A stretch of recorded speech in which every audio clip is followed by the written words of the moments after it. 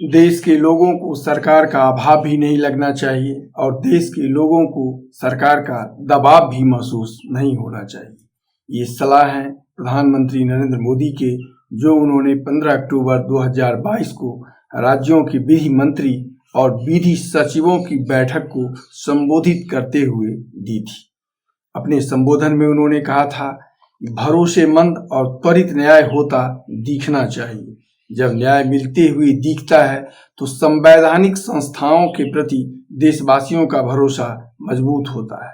जब न्याय मिलता है तब देश के सामान्य मानवों का आत्मविश्वास भी बढ़ता है। इसी संबोधन में उन्होंने पुराने पड़े 1500 से अधिक अप्रासंगिक कानून को समाप्त किए जाने की बात भी देशवासियों को बताई थी।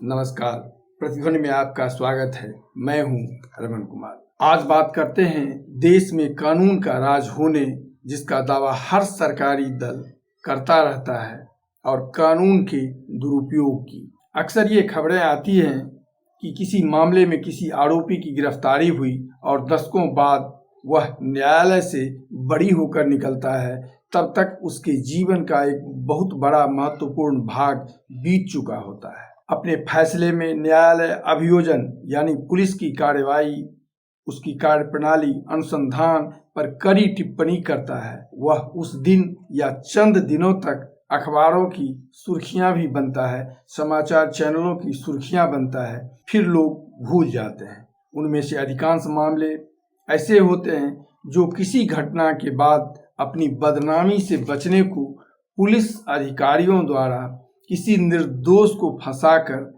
किसी सरकार द्वारा, किसी रसूखदार व्यक्ति द्वारा किसी कारण किसी व्यक्ति को फंसाने से संबंधित होते हैं। एक आध मामले में तो न्यायालय द्वारा मुआवजे भी दिलाए गए, पर क्या चंद हजार या लाख का मुआवजा किसी के जीवन के बर्बाद करने का निदान है? 28 जून 1923 को जनसत्ता में प्रकाशित एक खबर के अनुसार मध्य प्रदेश के एक 7 वर्षीय नाबालिग बच्ची के बलात्कार और हत्या के मामले में उच्च न्यायालय ने फांसी की सजा पाए एक व्यक्ति को बरी करते हुए अभियोजन और पुलिस की जांच पर कई गंभीर सवाल किए, जिनमें बिना किसी सबूत के एक नौजवान को जेल में पकड़कर डाल दिया और एक गढ़ी हुई कहानी के आधार पर जिला न्यायालय ने उसे सजा भी मौत की सुना दी। उच्च न्यायालय ने जिला न्यायालय की विवेचना पर भी प्रतिकूल टिप्पणी की थी, पर सोचिए, उस नौजवान के जीवन के वर्षों की मानसिक यंत्रणा, उसके परिवार की आर्थिक सामाजिक दुश्वारियों, और अब बड़ी होने पर भी क्या वह सामान्य जीवन बिता सकेगा? निश्चित रूप से उत्तर होगा नहीं, क्योंकि वह दाग आजीवन उसके नाम के साथ चिपका रहेगा। पर पुलिस का वह विवेचना अधिकारी और जिला न्यायालय के उस जज का क्या? वे तो अपनी नौकरी बजा रहे थे, बजा लिए, जो सुविधाएं मिलनी थी मिल गए। यह तो मात्र एक उदाहरण है, देश में हजारों हजार ऐसे उदाहरण भरे पड़े हैं। पर जब भी किसी सरकारी मंत्री से कानून व्यवस्था पर कोई सवाल पूछा जाता है, उनका रटा रटाया एक सा जवाब होता है, कानून अपना काम कर रहा है और कि कानून का राज है। और इस कथित कानून के राज में लोगों के जीवन से इसी तरह खिलवाड़ होता रहता है। यानी सरकारी स्तर पर या राजनीतिक कारणों से किसी को प्रताड़ित करने की बात करें तो ऐसे मामलों की कमी नहीं। इसमें दलीय भेद भी नहीं है। जिस दल की जहां सरकार है वह वैसा ही लगभग बस कार्यप्रणाली में अंतर के बावजूद कर रही है। आपातकाल में तो एक डरी हुई राजनेता ने अपने राजनीतिक भविष्य के लिए देश पर खतरे का बहाना बनाकर देश के सभी विरोधियों, चाहे वह राजनेता हो, पत्रकार हो, मीडिया संस्थान हो, लेखक हो, कवि हो, सबों को जेल में डाल दिया था। इतने व्यापक पैमाने पर न सही, पर आज़ादी के बाद से ही यह क्रम जारी है और राजनीतिक कारणों से राजद्रोह जैसे कानून का भी सहारा सरकारें अपने व्यक्तिगत स्वार्थ के लिए लेती रहती हैं। ऐसे ही एक मामले में सर्वोच्च न्यायालय ने राजद्रोह के कानून को परिभाषित किया था। मामला बिहार से ही संबंधित है। 26 मई 1953 बिहार के बेगूसराय में एक रैली को संबोधित करते हुए वामपंथी नेता केदारनाथ सिंह ने कह दिया था, सीआईडी के कुत्ते बरौनी में चक्कर काट रहे हैं। कई सरकारी कुत्ते इस सभा में भी हैं। जनता ने अंग्रेजों को यहाँ से तो भगा दिया और कांग्रेसी कुत्तों को गद्दी पर बैठा दिया। बिहार की सरकार ने केदारनाथ सिंह पर इसी बयान को लेकर राजद्रोह का मामला कर दिया। केदारनाथ सिंह ने उच्च न्यायालय का द्वार खटखटाया। न्यायालय ने मामले की सुनवाई पर रोक लगा दी। बिहार सरकार सर्वोच्च न्यायालय चली गई, जहां 1962 में मुख्य न्यायाधीश बीपी सिन्हा की अध्यक्षता वाली संविधान पीठ ने राजद्रोह से संबंधित धाराओं को परिभाषित करते हुए कहा, राजद्रोही भाषणों और अभिव्यक्ति को मात्र तभी दंडित किया जा सकता है जब उसकी वजह से किसी की हिंसा, असंतोष या सामाजिक आक्रोश बढ़े। और केदारनाथ सिंह के भाषण से ऐसा कुछ भी नहीं हुआ था, इसलिए सर्वोच्च न्यायालय ने उन्हें इसका दोषी नहीं माना। पर इतनी स्पष्ट व्याख्या के बाद भी सरकारें अपने राजनीतिक विरोधियों पर या किसी घटना में अपनी नाकामी छुपाने को अधिकारियों द्वारा या फिर किसी राजनेता द्वारा राजनीतिक कारणों से किसी पत्रकार या निर्दोष किसी भी व्यक्ति को फंसाकर जेल में डाल दिया जाता है। क्योंकि केदारनाथ सिंह राजनेता थे, उनके लिए हाई कोर्ट और सुप्रीम कोर्ट का दरवाजा खटखटाना उतना कठिन नहीं था। पर क्या हर कोई ऐसा कर सकता है?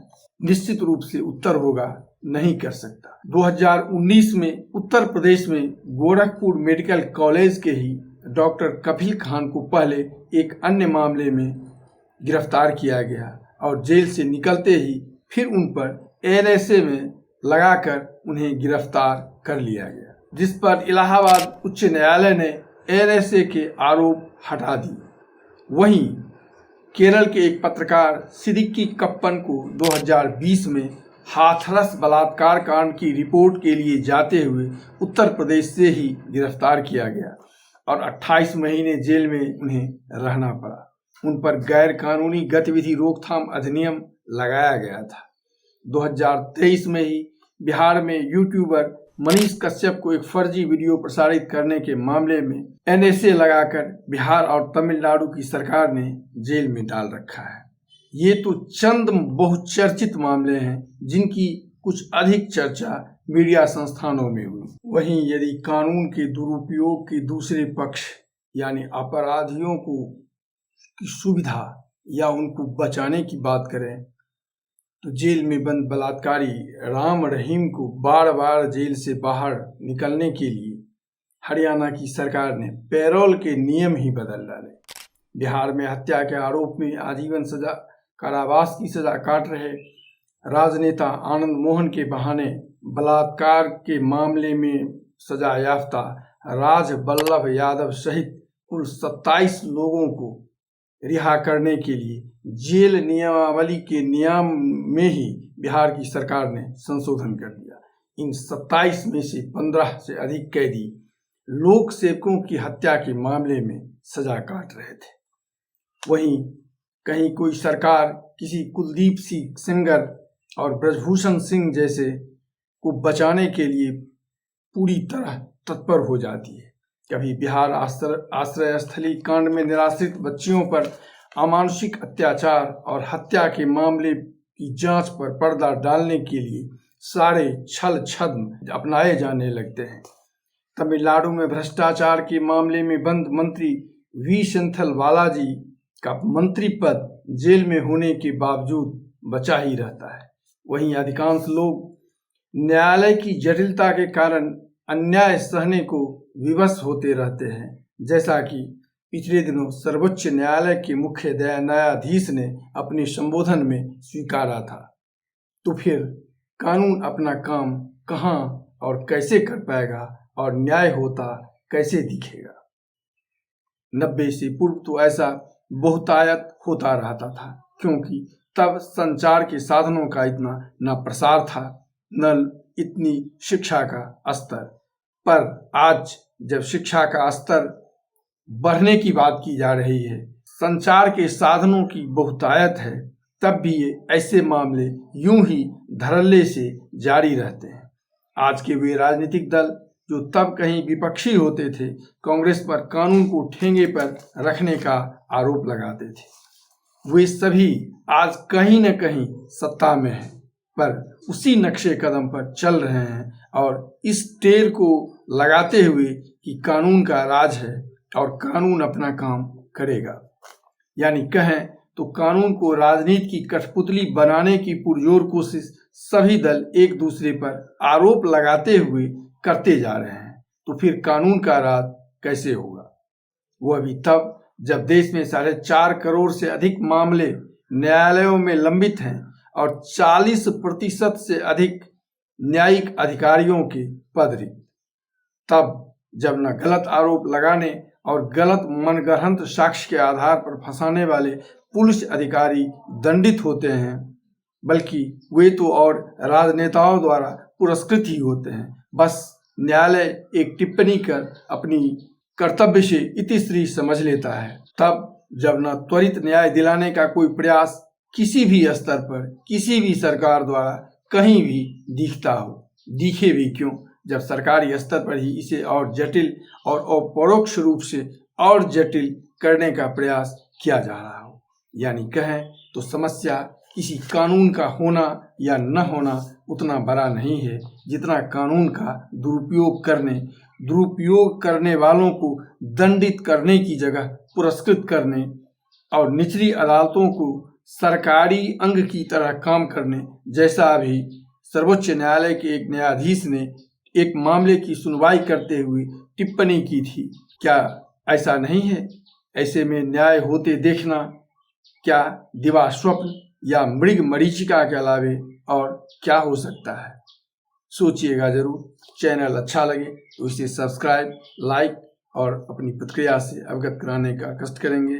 नमस्कार, मिलते हैं फिर अगले अंक।